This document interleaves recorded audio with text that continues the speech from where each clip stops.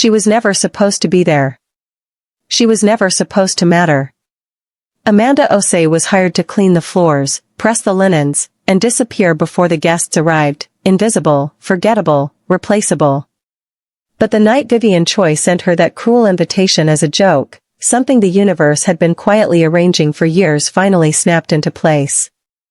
Because Park Jin-woo, the most feared Mafia lord in all of Seoul, looked up from across that glittering ballroom, and the world stopped. Not for the diamonds. Not for the dress. But for her. And something ancient and impossible cracked open inside his chest, something he had buried under blood and power and silence. Something that felt terrifyingly like the beginning of everything. Welcome to AfroKorean romance, where love has no borders. If you believe in love, please like, share, and subscribe for more AfroKorean romance stories. Amanda had been working in the Choy household for 11 months, 3 weeks, and 4 days. She knew this not because she counted, but because each day felt like a stone added to a growing pile she carried on her back. The Choy estate sat on the edge of Gangnam like a crown that had forgotten it was made of thorns. Marble floors. Crystal chandeliers. Staff who moved like ghosts and spoke only when spoken to. Amanda had learned the rules fast, eyes down, voice low, hands always busy. She was good at her job. Better than good. The estate gleamed under her care, and she asked for nothing. But Vivian Choy noticed her anyway. Not with warmth. With the cold, calculating gaze of a woman who resented anything beautiful that she hadn't purchased. Vivian was the wife of Don Choy, Mafia patriarch, political puppet master, and the man who ran half of Seoul's underground economy. She was 43, surgical, and dressed in the particular armor of a woman who had traded love for status so long ago she'd forgotten what the exchange rate was. She wore her cruelty like perfume. Light. Constant. Everywhere. One Tuesday morning, she found Amanda arranging fresh peonies in the east hallway and stopped. Looked her over the way people look at furniture they're considering throwing out. The gala is Saturday, Vivian said, her voice like chilled silk. I want the downstairs immaculate by 6. You and the rest of the staff will be finished and gone before guests arrive. Yes, ma'am. Vivian tilted her head. A slow, venomous smile curved her lips. Actually.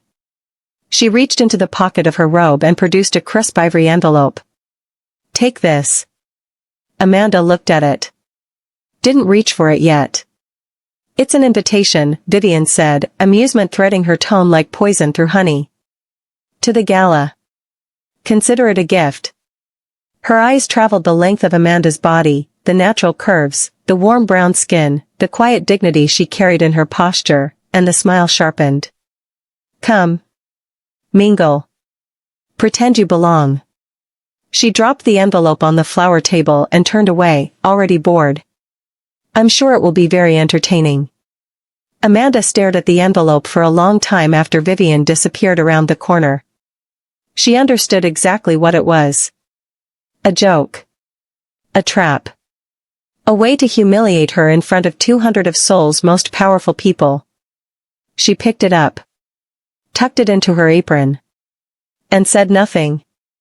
What Vivian didn't know, what no one in that estate knew, was that Amanda Osei had not always been a maid.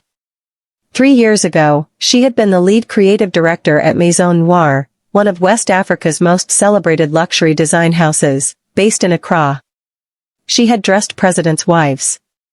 She had sat front row at Paris Fashion Week. She had a degree from Central St. Martin's and a talent that made industry veterans stop mid-sentence and stare. Then her business partner stole everything.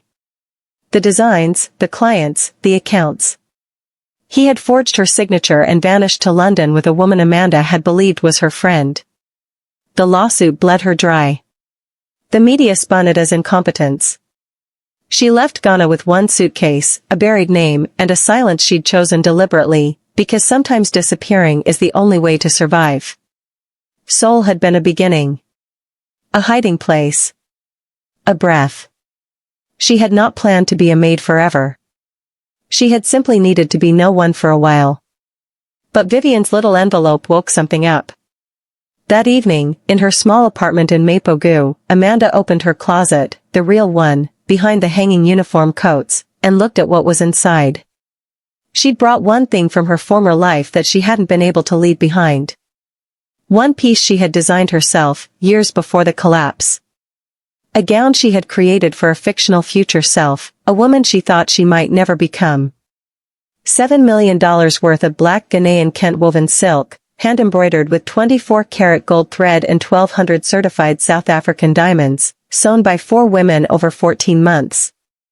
It had been commissioned originally for an African queen who'd backed out of the order at the last moment.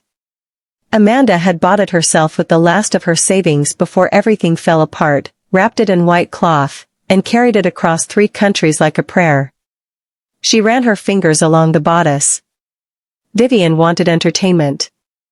Amanda would give her a night she'd never forget. Saturday came like a held breath finally released.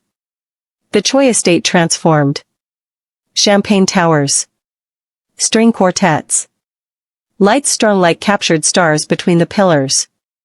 200 guests filled the ground floor, senators, heirs, crime lords in expensive suits, their wives draped in borrowed glory. Vivian floated among them in white Valentino, queen of a kingdom built on her husband's sins. The doors opened at 8. At 8:17, the room shifted. It didn't happen loudly. There was no announcement. No fanfare. Just a collective, involuntary silence that rippled from the entrance like a stone dropped in still water, spreading outward until it reached every corner of the ballroom. Amanda walked in. The gown moved with her like it had been waiting its whole existence for this moment. Black silk caught every light and bent it, not reflecting, but absorbing, then releasing warmth in deep gold undertones that made her brown skin glow like something sacred. The embroidered Kent panels at the skirt moved like wings. The diamonds caught the chandelier's light and scattered it across the ceiling in constellations. She wore no jewelry. She needed none. Her hair was pulled up in an intricate crown of braids laced with thin gold thread. Her back was straight. Her chin was level. She walked like she owned the floor beneath her feet. The string quartet lost their place. A senator's wife spilled champagne on her own wrist. 3 men forgot mid-sentence what they'd been saying. And Park Jin-woo, who had been leaning against the far pillar with a whiskey glass and the particular stillness of a man who has seen everything and been impressed by nothing, looked up. He went very still. Not the stillness of boredom. The stillness of a predator who has just registered something that has no category in any file he's ever built. His second-in-command, Kong Son, leaned close. "Who is that?" Jin Wu didn't answer. He was watching the way she navigated the crowd, not shyly, not aggressively, but with the quiet confidence of someone who has already survived worse rooms than this. She took a glass of water from a passing tray. She looked around. And for 1/2 second, across the width of the ballroom, her eyes found his. He felt it in his sternum. A knock. Clean and precise. Like someone had found a door inside him he didn't know existed and tested it with one firm fist. She looked away first. He didn't move for 30 seconds. Then he set down his whiskey and pushed off the pillar. Vivian saw Amanda from across the room and felt the color drain from her carefully contoured face. This was not what she had imagined. She had imagined her maid shuffling in wearing something discount, out of place, easy to laugh at. She had imagined whispers that would follow the girl like a shadow, humiliation worn in real time. She had imagined control. She had not imagined this. She crossed the room in 4 sharp steps and appeared at Amanda's elbow, smile glass bright and eyes volcanic. "What," she said, barely above a whisper, "do you think you're doing?" Amanda turned to her with an expression of perfect, polite calm. "You invited me, Mrs. Choy." "I was joking." "I wasn't." Amanda lifted her water glass. "Your home is beautiful tonight. You've done well." She said it the way a queen compliments a lesser court. Genuine. Completely devastating. Vivian's jaw tightened. She opened her mouth. "Mrs. Choy." The voice came from behind Amanda, and it was the kind of voice that rooms rearranged themselves to accommodate. Low. Controlled. Carrying the specific gravity of someone who had never needed to raise it to be heard. Both women turned. Park Jin-woo stood 3 feet away in a black suit so precisely cut it looked architectural. He was tall, taller than most men in the room, with sharp Korean features and dark eyes that currently held the particular quality of someone who has already made a decision and is simply waiting for the rest of the world to catch up. He was not looking at Vivian. "Introduce me," he said. Not a request. Vivian stared. In the 12 years she had known Park Jin-woo, through her husband's business arrangements, through terrifying board meetings, through the quiet wars Seoul's underworld waged in silk-lined rooms, she had never once seen him ask for an introduction to anyone. He didn't need them. People came to him. She stopped. Recalibrated. Our domestic staff. I didn't ask for her title. His eyes moved to Amanda, and something in them was neither cold nor warm but something more dangerous, focused. I asked for her name. Amanda met his gaze with complete steadiness, and something passed between them in the silence, not words, not yet, but a recognition. The kind that happens below language. Amanda, she said. Amanda Osei. He extended his hand. Park Jin-woo. She knew the name. Everyone in Seoul knew the name. She shook his hand anyway, and the contact lasted exactly 3 seconds longer than was strictly necessary. You designed this gown, he said. It was not a question. She blinked, surprised for the first time all evening. How do you know that? The embroidery pattern. His eyes traced the gold work at her shoulder without touching her. It matches something I saw in a design archive 3 years ago. Maison Noire. Pre-collapse collection. He paused. I invested in the Asian distribution rights before the company dissolved. I lost a significant amount of money. Amanda's expression flickered, not with guilt, but with something rawer. I'm sorry about that. I'm not. His gaze returned to her face. It was worth it for the work. A pause that held the weight of something neither of them was ready to name. Will you let me show you the garden? Vivian made a small, strangled sound. Amanda looked at Jin Wu for 3 long seconds. Then she set down her water glass and said, lead the way. The garden was lit with paper lanterns strung between the persimmon trees, their light soft and amber. Beyond the property wall, Seoul hummed and glittered. Inside the garden, it was almost quiet. They walked without touching. Side by side. The easy silence of people who have somehow already said something important without using words. You know why she invited me, Amanda said. Not an accusation. A fact. Yes. And? Jin Wu glanced at her from the corner of his eye. And you came anyway. In that dress. The faintest thing moved at the corner of his mouth. That took something. It took a closet and a clear evening. He laughed. It was a short sound, genuine, and from the expression that crossed his face immediately after, she understood it surprised even him. Like he'd forgotten the mechanism existed. They stopped at the far end of the garden near a stone bench. The city burned gold beyond the wall. You're not a maid, he said quietly. I am right now. That's not the same thing. She turned to look at him directly, and he held her gaze without shifting. What do you want, Mr. Park? Something moved behind his eyes. Complex and layered, like weather forming. I don't know yet, he said, and his honesty was so unexpected and so clearly costing him something that it landed harder than any practiced line could have. Amanda held his gaze for a long moment. Then she turned back toward the lantern light and said nothing, and he said nothing, and they stood together in the amber dark of the garden while the party moved on without them and something quiet and enormous continued its work between them. The next morning, Amanda arrived at the estate at 7 as always. Changed into her uniform. Began her rounds. She told herself the night was already behind her, neatly folded, placed away, done. Then she walked into the kitchen and found a box on the counter with her name on it in a handwriting she didn't recognize. Clean. Deliberate. Korean characters beside English ones. Inside, a phone. New. Top of the line. And beneath it, a card with a single line. In case you need anything. J. Amanda stared at it. Put the lid back on the box. Went upstairs to polish the banisters. She did not throw it away.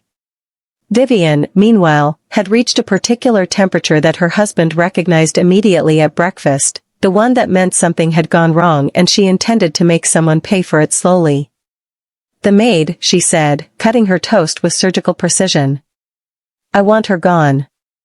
Don Choy looked up from his newspaper. He was a broad, heavy man who had built his empire through patience and selective brutality. He regarded his wife the way one regards a knife that has its uses but requires handling. Which one? The African girl. Amanda. He turned a page. Reason? She embarrassed me in front of my guests. How? Vivian set down her knife. She came to the gala. Don Choy was quiet for a moment. Then, you invited her. She stopped. He looked at her over the paper with the flat, measuring gaze of a man who has watched too many small cruelties spiral into expensive consequences. Leave her. Hyun. I said leave her. He went back to his reading. Jin Wu was watching her all night. You move against that girl now, you move against Park Jin-woo's interest. I am not doing that. He turned another page. Not for your amusement. Vivian said nothing. But her jaw was a locked door, and behind it, something dark began to plan. 3 days passed. On the 4th day, Amanda's new phone lit up with an unknown number. She answered it the way she answered everything, carefully. Yes? You didn't use the contact I left. Jin Woo's voice. Immediately recognizable. That particular gravity. She kept polishing the silver she was working on. I didn't need anything. I said in case you needed anything. That doesn't mean I only want to hear from you when you're in crisis. A pause. How are you? Amanda set down the polished cloth slowly. No one in this house had asked her that in 11 months. I'm fine. Are you? She exhaled. Why are you calling, Mr. Park? Jin Wu. Mr. Park. Jin Wu. Quietly. Firmly. Not aggressive, just certain, the way he seemed to be about most things. She was quiet for a moment. Jin Wu. Why are you calling? I want to have dinner with you. I work for this household. Not at dinner time. The optics. Amanda. The way he said her name, precise, and yet somehow careful, like something he was learning the weight of, stopped her mid-thought. I'm not asking you to manage optics. I'm asking you to have dinner. Tonight. 7 o'clock. There's a restaurant in Itaewon called Sora. Private room. I'll send a car. She should have said no. The rational part of her, the part shaped by loss and displacement and the hard knowledge of what happens when you reach for things above your station, that part formed the word clearly. 7, she said instead. Fine. She could hear the smile in his silence before he hung up, and she spent the rest of the afternoon telling herself it was just dinner and not quite believing it. Sora was quiet and intimate in the way that only deeply expensive restaurants can achieve, not empty, but curated, each table an island of privacy. The private room in the back had paper screens and a low wooden table and a window that looked out over a small courtyard with a single persimmon tree, lit from below. Jin Wu was already there when she arrived. He stood when she entered. She had not expected that. Men like him, powerful, accustomed to deference, often forgot to extend it. She wore a deep burgundy wrap dress she'd bought in Hongdae the previous winter, simple and well-fitted. His eyes moved over her once, the way they had in the garden, not invasive, but deliberate. Like reading something important. You came, he said. I said I would. People say many things. She sat across from him, and they ordered, and the food came, and they talked. Not about power or mafia politics or the Choy household or her past. They talked about design. He knew more than she expected, had genuine opinions about craft and intention and the way garments could carry meaning. They talked about Ghana and Seoul and the particular loneliness of cities that are too big and too fast to let you grieve properly. They talked about books. He read, voraciously and widely, which surprised her again. Why do you do it? She asked at one point. She meant the underworld. The empire. He understood immediately. He was quiet for a moment, turning his chopsticks between his fingers. My father built something, he said carefully. I inherited it before I was old enough to choose differently. By the time I was old enough, too many people depended on what I ran for me to simply walk away. He paused. I'm not asking you to understand it. I'm not judging it, she said honestly. I'm asking. He looked at her. Most people are afraid to ask. I'm not most people. Something settled in his expression, not softness exactly, but a kind of relief, like a man setting down something heavy he'd been carrying so long he'd forgotten the sensation of open hands. No, he said quietly. You're not. They stayed until the restaurant was ready to close, and when the car brought her back to the estate gates, he stepped out with her. They stood on the pavement in the night air, the city humming around them, and he looked at her for a long moment. Again, he said. Simply. She looked up at him. You're persistent. Yes. She almost smiled. Almost. Good night, Jin Wu. She walked through the gate. She did not look back. She didn't need to. She could feel him still standing there, watching, until the door closed. The following week arrived with a new rhythm. 3 more dinners. A lunch. A Saturday afternoon where he appeared unexpectedly at the small market near her apartment, supposedly coincidence, completely not, and walked beside her between the vegetable stalls while his security team maintained what they probably imagined was a discreet distance. He bought her a bag of tangerines because she stopped to smell them and didn't buy them, and he noticed. He noticed everything. She began to notice that too.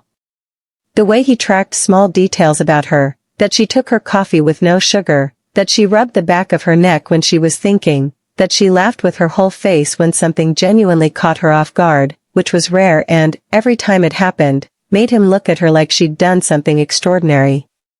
He began showing up. Not intrusively. But consistently.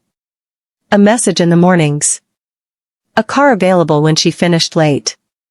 A coat she had admired in a shop window, not her style to admire things she couldn't afford, but he'd been walking beside her, that appeared on her apartment doorstep 3 days later in her exact size, no note, because he didn't feel the need to announce things he considered obvious. She called him immediately. I can't accept this. It's cold. Jin Wu. It's November. It's cold. You don't have a proper coat. The matter-of-fact simplicity of him, utterly without condescension, just concern delivered in the flattest possible register. Keep it. She stood in her apartment holding the coat, which was perfect, and hated how much she wanted to keep it. She kept it. What neither of them had fully accounted for was Kang Son, Jin Woo's second-in-command, sharp, perceptive, and deeply entertained by the transformation occurring in his boss. He had known Jin Wu for 12 years. He had watched him conduct business with ice-cold precision. He had never once seen him buy a woman a coat. Or tangerines. Or look at his phone at 7 in the morning with an expression that he quickly arranged into blankness every time Son walked in. You should tell her, Son said one evening, as they reviewed security reports for the quarterly shipment audit. Jin Wu did not look up from the documents. Tell her what? That you're completely gone. A long silence. Focus, Jin Wu said. Son hid his smile. Yes, sir. The danger arrived, as it always does, without announcement. A rival syndicate, the Jong faction, based out of Busan and expanding north with the particular aggression of men who mistake momentum for invincibility, had been mapping Jin Woo's personal movements for 6 weeks. They weren't looking to hit the business directly. They'd learned enough to know that was futile. They were looking for something softer. Something that would hurt differently. They found Amanda on a Wednesday. She was walking home from the market, the evening turning blue around the streetlights, earbuds in, thinking about the conversation she'd had with Jin Wu at lunch about West African textile history and the look on his face when she'd described the meaning behind Kent cloth patterns, genuinely arrested, like a man encountering beauty he hadn't budgeted for. The van pulled up slowly. Amanda noticed it the way she noticed most things, quietly, without visible alarm. But something in her shifted. The van moved too slowly. The 2 men who stepped out looked at her with the specific blankness of professional intent. She turned to run. She was fast. She was not fast enough. Jin Wu was in a board meeting when the call came. He saw Son's name on the screen and excused himself without explanation, stepping into the hall. "She's been taken," Son said. No preamble. Jong faction. 40 minutes ago, Mapo District. The silence that followed was not the silence of shock. It was the silence of a man recalibrating from one mode of operating to another, from controlled to something much older, much colder, much more absolute. Location? Working on it. 20 minutes. 15. Jin Wu was already walking. "Get the car. Wake everyone up." Jin Wu. Son paused, which was unusual. The Jong boss, Jong Tae-sik, he's sending a message through the usual channel. He wants to negotiate Friday's shipment route in exchange for... No. The word was entirely flat. Hill. I said no. He pushed through the stairwell door. I'm not negotiating. I'm collecting. Get me a location. Now. They found her in a warehouse in Giro, 47 minutes after she'd been taken. She had not been harmed, the Jong faction understood leverage, and a damaged asset was worth less, but she was zip-tied to a chair in a cold room with 2 guards and a camera relaying to Jong Tae-sik, who was waiting for Jin Woo's call. He never got it. What he got instead were 9 of Jin Woo's men entering through 4 separate access points simultaneously, precisely, and quietly, followed by Jin Wu himself entering through the main door 4 seconds later with no weapon visible and no expression on his face that anyone in that room ever forgot. The exchange took 11 minutes. No shots fired, Jin Wu preferred that, when possible, because shots were loud and sloppy and he was neither. But the 3 Jong men left conscious were considerably less comfortable than they'd been an hour before, and Jong Tae-sik would receive a very specific message before sunrise that redrew several boundaries permanently. Amanda was standing when Jin Wu came in. Her wrists were raw from the ties that Son had just cut, and she was holding herself very still in the way people do when they are waiting to see if their legs still work properly. He crossed the room in 6 steps and stopped in front of her, and for one long moment he simply looked at her, her face, her wrists, the set of her shoulders, the way someone reads a damage report and is simultaneously grateful the losses were manageable and furious that there were losses at all. Are you hurt? Low. Controlled. But something underneath it was anything but. No. Her voice was steady, which impressed him. I'm fine. A beat. You came fast. I came immediately. He reached out, slowly, deliberately, giving her room to move if she wanted, and took her hands gently, turning them to look at her wrists. His thumbs moved with careful precision over the reddened skin. Something in his jaw was tight. I'm going to have someone look at these. They're just... Amanda. He lifted his eyes to hers, and what was in them silenced her mid-sentence. Not anger at her. Something more complex and more devastating. Something that looked like a man confronting the exact dimensions of how much he had to lose. Please. She let him look at her wrists. She didn't pull away.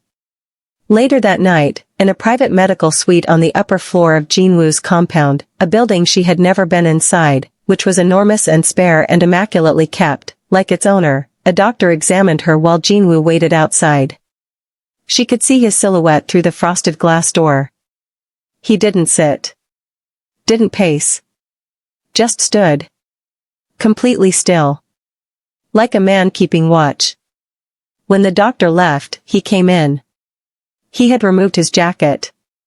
Rolled his sleeves to the elbow.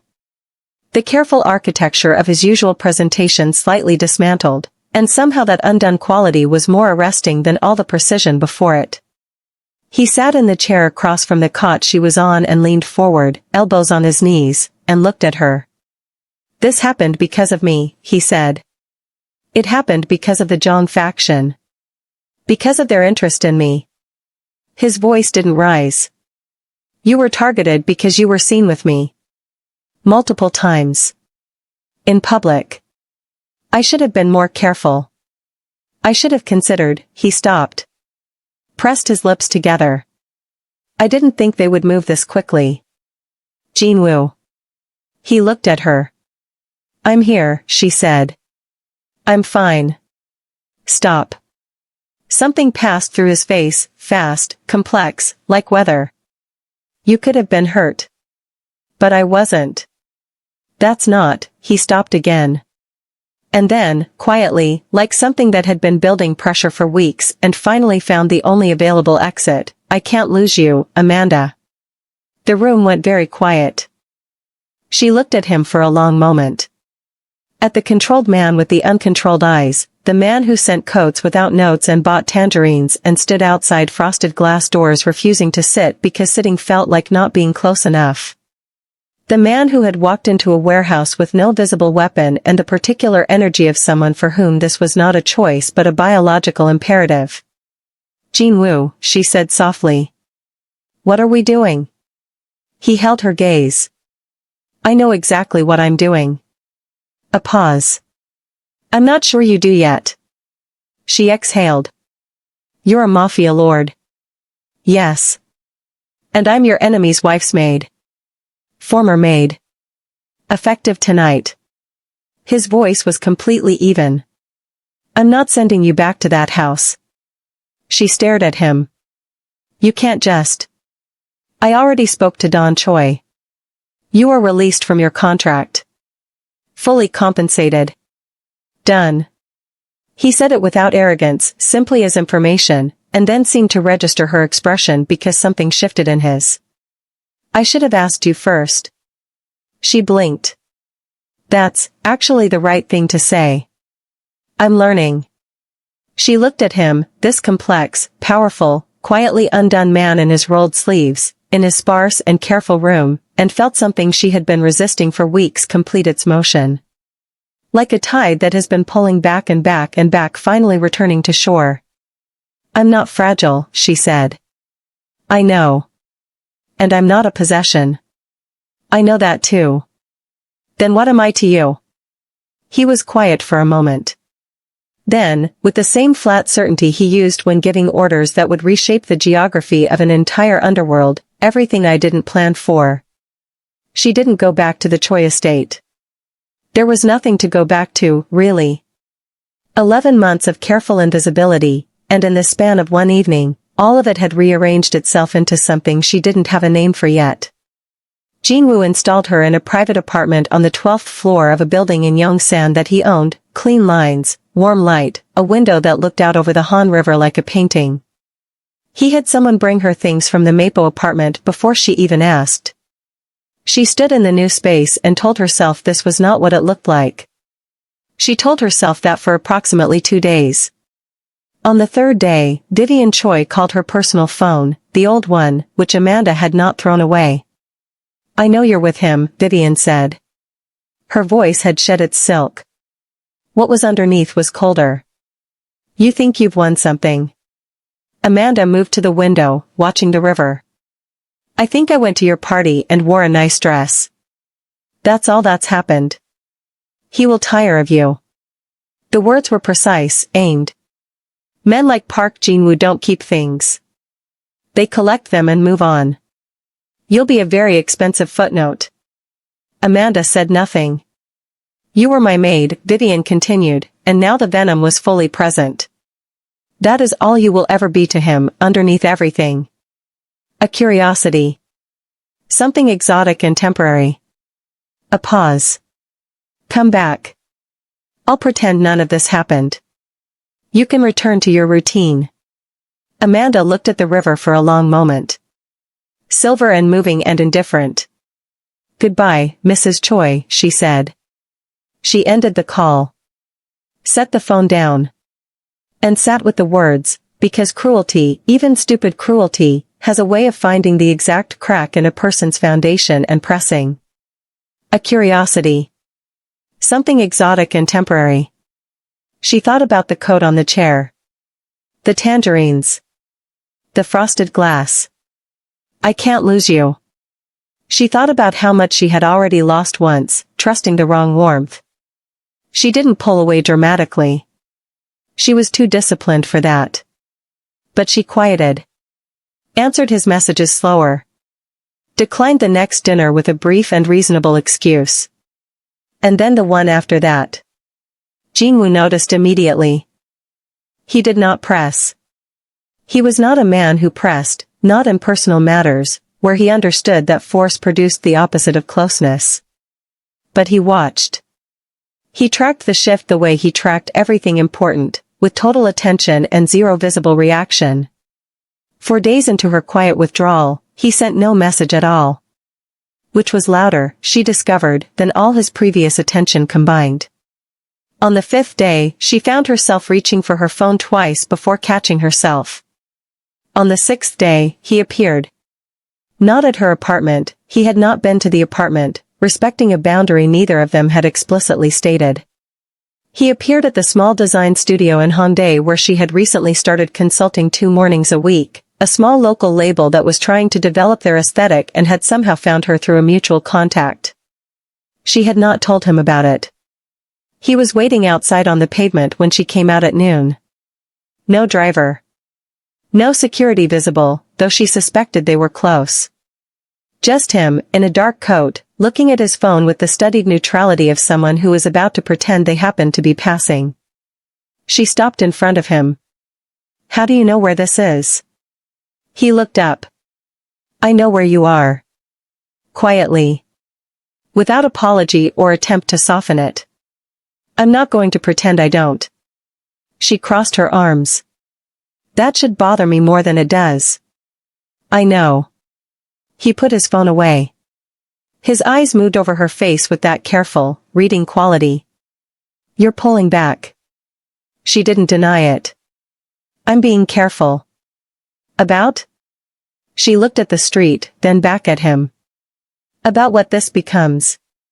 About what you expect it to be. About, she stopped. Pressed her lips together. Then, someone told me I'm a curiosity. Something shifted in his jaw. Vivian. Not a question. He filed it away, she could see it happen, and then set it aside, because right now she was standing in front of him and Vivian was not the point. You're not a curiosity, he said. You are the most, he stopped, and it was the stop of a man unaccustomed to this register of honesty, working through it anyway. You are the most genuinely interesting person I have encountered in 15 years of meeting everyone there is to meet in this world. He paused. And that is not proximity talking. I was interested before I spoke to you, when you were still 40 feet away and I hadn't heard your voice or learned your name. Something in you recognized something in me. Or the reverse. He held her gaze. I don't believe in temporary. She looked at him for a long time. Then you better mean that, she said. Her voice was quiet but it was not soft. I do. She unfolded her arms. I'm getting lunch. He fell into step beside her. Good. I'm buying. You're always buying. Yes, he agreed, entirely untroubled. I am. A week later, the design studio offered her a full creative partnership. She sat with the offer for a day and then called Jin Wu, not because she needed his opinion, but because she wanted to tell someone, and somewhere in the past weeks he had become the person she told things to. He was quiet for a moment after she explained it. Then, take it. You don't want to know the terms? Do you want to take it? Yes. Then take it. A pause that held something warmer than his usual economy of words. You've been hiding your talent long enough. She sat with the phone against her ear in the evening light of her apartment and didn't say anything for a moment. Thank you, she said finally. Simply. Another pause. Amanda. His voice shifted slightly, a fraction, but she had learned to read the fractions. Come to dinner. Not a restaurant. My place. I'll cook. She blinked. You cook? I've been told I'm adequate. By who? Myself. She could hear the slight warmth. 7 o'clock? She smiled, and caught herself doing it, and smiled a little more because she was alone and could afford to. 7. His penthouse was on the 41st floor of a building in Gangnam that he owned in full. She had expected severity. Clean lines and absence, a place that reflected the controlled face he wore everywhere else. It was warm. Unexpectedly, persistently warm. Low lighting. Shelves of actual books, not decorative, read, with spines bent and pages marked. A kitchen that had clearly been used. A wide window looking over the city like a held breath. One painting on the main wall, large, abstract, deep blue and gold, that she stared at when she entered because it was from a Ghanaian artist she recognized. Otto Delacroix. Expensive. Collected. She looked at Jin Wu. He was watching her discover it, completely still, the way he went still when something mattered to him and he didn't want to move in case he disturbed it. You collect West African art, she said. I collect what is worth keeping. A pause. I started 5 years ago. I didn't know why then. He looked at the painting. I think I might now. She turned back to the painting and pressed her lips together very hard. Dinner was bulgogi and japchae and a Ghanaian groundnut soup he had apparently spent the previous day learning to make from a video, which was imperfect and completely delicious and which she found so disarming she had to look away from him mid-meal to recover herself. After dinner, they sat on the floor by the low coffee table with wine she barely touched and talked until the city outside went through its midnight color change, that particular shift from frantic gold to quiet amber. She told him about Maison Noire, the real version. Her partner's betrayal. The collapse. The way she'd lost not just the company but the ability to imagine herself in the life she'd spent a decade building. He listened. He did not fill the pauses or soften it with reassurances. He simply held the space open for it, and that quality of total, undefended attention, was more intimate than anything physical would have been. He took something from you, Jin Wu said quietly when she finished. Yes. Do you want it back? She considered. The work? Yes. The life I had then? She shook her head slowly. I think I want a different one. He looked at her across the small space between them, the city burning gold at his back. What kind? She looked back at him. I don't know yet. A pause. Maybe one where I'm not afraid to take up space. Something moved through his expression, complex, deep, layered. You've always taken up space, Amanda. From the moment you walked into that room. The whole world moved to accommodate you and it didn't even know why. He paused. I knew why. The distance between them had been shrinking for a while, imperceptibly, in the way that tides move, in increments too small to point to and too powerful to stop. The city was very quiet outside. The light was low and amber. She could see the precise line of his jaw and the way his eyes held her, steady and complete, without any of the careful management he wore everywhere else in the world. She didn't reach for him. Neither did he. But the air between them had changed its nature, and they both understood it. Jin Wu, she said softly. I know, he said. He exhaled slowly, the breath of a man releasing a weight he's been pretending he wasn't carrying. I know. I'm not rushing you. She looked at him for a long moment. Then she closed the remaining distance between them and kissed him, and his hands came to her face with a gentleness that had nothing to do with the reputation that preceded him everywhere he went. The city went on below them, indifferent and luminous. The rest belonged to them alone. She woke early, while the city was still steel-gray and quiet. And in the first honest moment of consciousness, before she could build any argument against herself, she felt it, the enormity of what she had moved toward. What she had let herself want. And then the fear came, precise and familiar, you have trusted warmth before and been left with nothing. She dressed quietly while he slept. Wrote no note. She told herself she would simply go home, find her footing, contact him later from a controlled distance. She told herself this was sensible. She was 3 blocks from his building when her phone rang. You left, he said. His voice was still sleep-rough and stripped of its usual architecture. She stopped walking. I needed air. Amanda. I'm fine. You're afraid. Not accusing. Just seeing her, the way he had been doing since that first night. I know that feeling. I've been running from the same thing for weeks. She stood on the pavement while Seoul began its morning around her, the light going pale gold above the skyline. I've been here before, she said. Her voice was quieter than she intended. Trusting something that looked. I know. He paused. Come back. Jin Wu. Not to perform anything. Not to resolve anything. Just another pause, and she could hear him working through something unfamiliar. I made coffee. Come back. And if after that you want space, I'll give you whatever you need. But I'm not going to pretend last night didn't happen, and I'm not going to let you talk yourself out of something real because you're afraid. A pause. So am I, by the way. This terrifies me. You should know that. She stood very still. Park Jin-woo, she said, is afraid of nothing. Park Jin-woo, he replied, has never been in danger of losing something he actually wanted before. She turned around.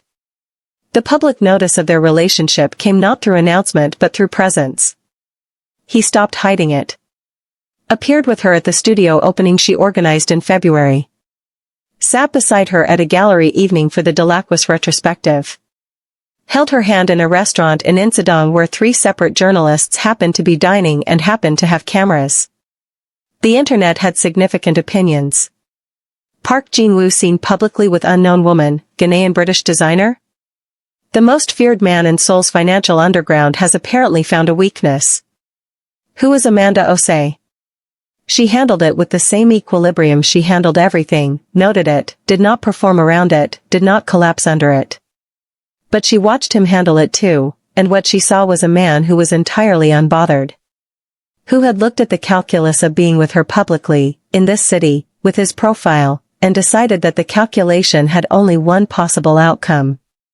His men were loyal because he was consistent. He had never been inconsistent in his life. He was not about to start. Kang Son, who had now given up any pretense of not being deeply invested in this situation, appeared at Jin Woo's office one afternoon with 2 cups of coffee and an expression of barely contained smugness. She's meeting with that French designer today, he said, setting a cup on the desk. The one from Lyon. Apparently he's interested in a collaborative collection. Jin Wu looked up from his documents. And Son paused for effect. He's apparently quite good-looking. Very charming. He's been in Seoul 3 days and every woman in the industry is talking about him. A very precise silence. The name, Jin Wu said. I'm just saying, she's an attractive, talented woman building her profile, and Son. Christophe Beaumont. He's 40, French, divorced, allegedly very charming. Son took a sip of coffee with complete innocence. I'm sure it will be a very professional meeting. Jin Wu was already picking up his phone. He made one call, brief, to his driver. Then he stood and reached for his coat. You have the Ilwa group meeting in 20 minutes, Son said, eyes wide with theatrical alarm. Reschedule it. Jin Wu, they flew in from. Reschedule it. Son watched his boss leave, then sat down in the vacated chair and allowed himself the smile he'd been holding for approximately 4 minutes. Completely gone, he said to no one, and drank his coffee happily. Amanda was in the studio's meeting room with Christophe Beaumont when the door opened and Jin Wu walked in, which was notable for several reasons, not least of which was that he had never been to the studio before and had no meeting scheduled, and Christophe Beaumont was in the middle of handing her a business card with a warmth that was approximately 30% professional. She looked up. Met Jin Wu's eyes across the room. His expression was composed. His jaw was iron. I apologize for interrupting, he said, in a tone that communicated he did not apologize for this at all. His eyes moved briefly to Christophe, a flat, cataloging assessment that lasted approximately 1 second and contained a complete threat assessment. Then back to Amanda. Christophe, who was perceptive enough to have survived decades in fashion, which was its own kind of warfare, got to his feet and extended his hand to Jin Wu with an expression of cheerful neutrality. Park Jin-woo. I know the name. Christophe Beaumont. He glanced at Amanda. Colleague? Partner, Jin Wu said. Amanda kept her expression entirely neutral, which was a significant achievement. Christophe picked up his portfolio. I'll follow up by email, he told Amanda pleasantly, and showed himself out with the graceful efficiency of a man who understands when a room has changed ownership. The door closed. Amanda looked at Jin Wu. Partner, she said. Yes. You flew across the city to say the word partner to a French fashion designer. A pause. I had business in the area. You live in Gangnam. This is Hongdae. They are not the same area. Another pause, during which Jin Wu had the very specific expression of a man who has been entirely transparent and finds the experience unusual. He was handing you his card. He is a potential collaborator. He was smiling. People smile, Jin Wu. Not like, he stopped. Pressed his jaw together. I don't apologize for coming. I'm not asking you to. She tilted her head, studying him. Something warm was moving through her, despite her best effort to contain it. I'm curious. About the fact that the man who once walked into a hostile warehouse alone in a dark coat and rearranged the Jong faction's entire organizational structure, she paused, apparently loses his composure over a Frenchman with good hair and a business card. The silence stretched. The corner of his mouth moved. Reluctantly. Like a wall that has been pushed on for a while finally giving way. His hair was mediocre. She laughed, fully, genuinely, from the center of herself, and the sound did to his expression what it always did, rearranged it entirely, stripped the armor off, left something open and defenseless and real. He crossed the room and she met him halfway, and he held her face in his hands and looked at her the way he had that first night across a ballroom when he was still pretending he wasn't already done for. I don't share, he said quietly. I should have said that earlier. It's not a threat. It's just, true. She looked up at him. I know, she said. Neither do I. Something in him settled completely. The last held tension in him releasing all at once. The second strike from the Jong faction came 6 weeks later and was more sophisticated than the first. Not physical this time. Informational. Someone leaked a curated version of Amanda's history, the Maison Noire collapse, stripped of context, framed as fraud. Her name and face appeared on 3 industry blogs with the story constructed to read as if she had orchestrated the financial destruction of her own company for insurance payout and fled to Seoul to escape legal consequences. It was completely fabricated. Carefully sourced with false documents. And it moved fast. By morning, the studio had received 2 emails withdrawing from partnerships. Christophe Beaumont's team sent a polite but clear notice of paused interest pending clarification. Comments on her studio's social accounts were brutal. She sat in her apartment with her laptop and read it all in silence, and the very familiar feeling of being dismantled, her name, her work, her reputation taken apart by people who did not know her and were not interested in truth, moved through her like cold water. She called Jin Wu. Not in crisis. Steadily. I need you to not do anything reckless, she said when he answered. A pause that told her he had already seen it, already begun moving. Define reckless. Anything illegal. Anything that creates more fire. Revealing the truth is not. Jin Wu. Her voice was quiet but it grounded him. She could hear it work. I have the original documents. The real ones. I have my lawyer's files. My former partner's admission records from the London proceedings. Let me fight this with what's true. You do what you can do legally. And then let the truth move at its own speed. Silence. You don't need me to rescue you, he said slowly, working through something. I need you to stand beside me while I rescue myself. She paused. Can you do that? A longer silence. Yes, he said. And then, Amanda. I'm coming over. He came. He sat beside her at the table while she worked with her legal team over video call, and he did not interject or take over, just poured her tea when the cup went cold and kept his hand near hers on the table, available, not demanding. He made 2 phone calls of his own, quietly, in the other room. She didn't ask. She trusted. Within 72 hours, the original documentation of the London proceedings, the actual fraud conviction of her former partner, the full financial audit, the testimonials, was published by 3 independent outlets that happened to have received the information from separate and unrelated sources. Within a week, 2 of the 3 blogs had issued full retractions. The third simply deleted the post. Christophe Beaumont's team called to apologize and reschedule. The studio's Instagram following tripled. He proposed on a Tuesday. Not a dramatic Tuesday. Not a planned evening or a restaurant or a ring presented in a way designed for documentation. They were in his kitchen, late morning, and she was sitting on the counter reading industry news on her tablet while he made eggs, and he said, without preamble or staging, without even turning from the stove, "Marry me." She looked up from the tablet. He turned around.